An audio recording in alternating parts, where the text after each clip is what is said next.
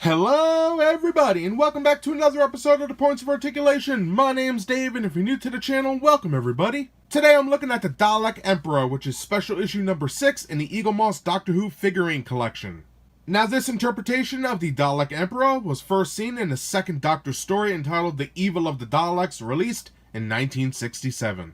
Now for a fun fact, much if not all of the footage of The Evil of the Daleks was lost to time, so all they have is basically the audio and several photographs, and that's it. Now in some of those photos, we do see the Dalek Emperor, and it is immense, very tall in the corner of the room, and stationary. Now I have not seen any evidence that this Dalek moves around the room whatsoever, and the neat thing is, it's connected to the throne room it's in, via hoses out of all these hose ports on the front of its body.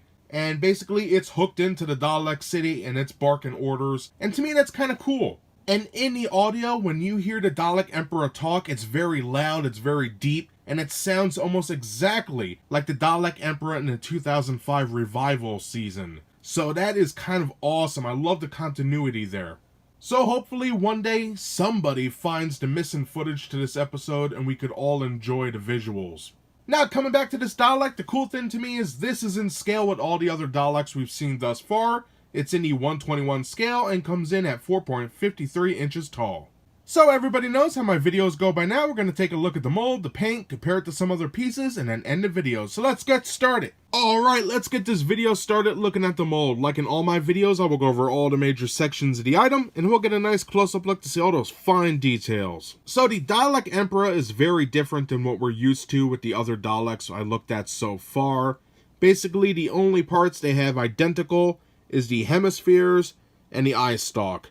Besides that, it's a fully new design, and I don't know, it's kind of cool. When you think about this thing being raised up and looking down at you, being hooked up to the wall with all those cables, it's very intimidating, I guess. But a very interesting design nonetheless. So at the bottom, we have our felt sticker, which is actually lopsided. I guess I would have to fix that. But there's my ID number for the Emperor of the Daleks. Moving on, we have our skirt section, which looks very nice. We have these hemispheres on the bottom, looking good. They go all the way around. We have two hemispheres on the top, a couple of raised sections here and there. Those are the hose ports, so that's kind of neat. Now the interesting thing about the base section here is that all these designs you see here, this honeycomb type pattern, is all raised line work, and that is very nice. Sweet. Now moving up, we have the neck and head section. Very nice. I like this design here. These shapes, very cool. Now here we have a ton of recesses which are painted white. Those are lights, so that's kind of cool. For the head, we have our eye, the eye stalk, and our dome, which is pretty neat. Very basic, but right to the point. And that's what's awesome about this. So now, that covers all the major sections of the Dalek Emperor. So now let's get a closer look. Alright, starting off our close-up look, let's begin with the eye and the eye stalk. As you can see, it is very basic. Just a little glob of plastic. But the eye is actually raised.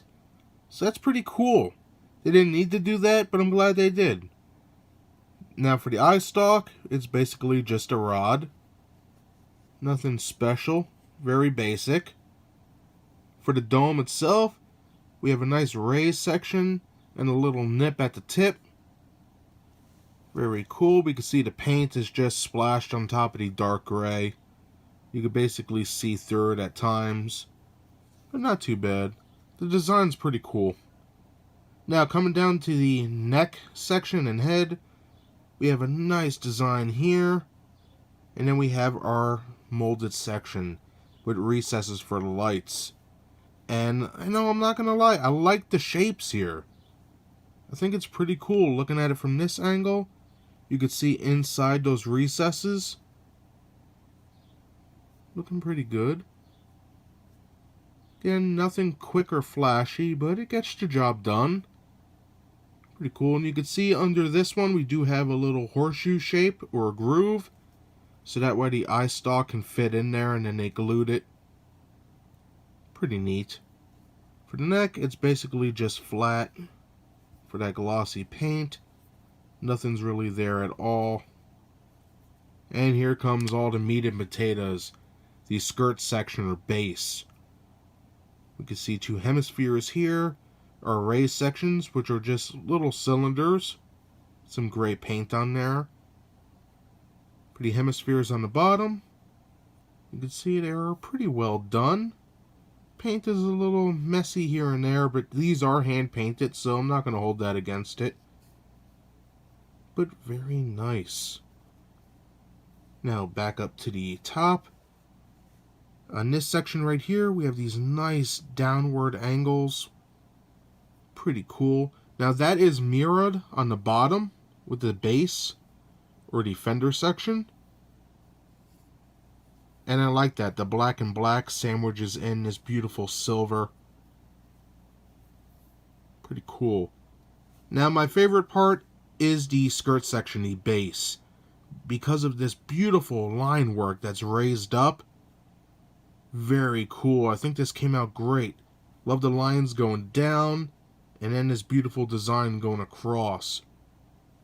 Just an amazing job. And this might not be everybody's cup of tea, but I don't know, for the time period, I think it's really cool.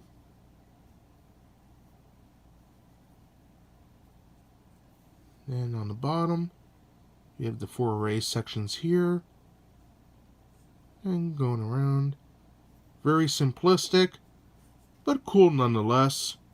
This probably looked amazing in 1967 on the television. Probably blew people away. And then on the bottom, we have the felt section with the sticker. And that's basically it. So that's everything for the mold. Hopefully I covered everything. Like I said before, it's very basic, but very unique at the same time. So now let's take a look at the paint. Alright, checking out the paint on the Dalek Emperor. This guy features 5 different colors. First color up is a nice silver, and that's on the modules on the head, the eye stalk, and also the main skirt section down here. And I think it is a great metallic choice. You can see when I rotate this, it just reflects the light from my light bulbs on there. And it's kind of cool. Very nicely done. Even up here, it just reflects light so well. I get a kick out of that. Now the next color we have is a matte black. For the bottom of the base, the fender if you will. The hemispheres, the chest section, and around the neck. And you can see that goes all the way around.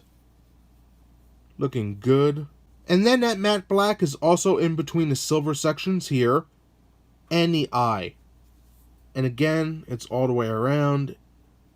And I think it goes well with that metallic silver. Really neat. The next color we have is a nice glossy black. And that could be seen right around the neck. And that reflects light very well. I think that came out great. Next color we have is a dark gray. And that could be seen only on these raised sections right on the tips. And it's a nice little contrast between the really bright metallic silver. There's none really on the back. It's mostly in the front. All in all, pretty cool. Now the next color we have is a white. And that can be seen on the bottom. It's a little sloppy, but they did put it there to symbolize the lights on the bottom of the Dalek. So that's kind of cool. And also the pupil for the eye, which is kind of neat. Now the last color we have is a nice, I would say, glossy tan. And that's for the 2 hemispheres in the front. And also the main Dalek dome. And you can see how it's reflecting all those lights. Very glossy, very cool. All in all, a very interesting paint job. Some would say basic. But for the early years of Doctor Who, this is amazing. And I think it's a really cool Dalek to add to the collection. Nice. So that does it for the mold and the paint. So now let's compare this to some other Dalek pieces. And we'll be done. And now for a quick size comparison with the Dalek Emperor seen in the center. On the right hand side, the Supreme Dalek looking good. And on the left hand side, we have the Imperial Dalek with Sonic Probe. All in all, some great Daleks here. I'm very happy to have the Dalek Emperor in my collection. Sure, it looks like a giant paperweight, but it's unique and it stands out.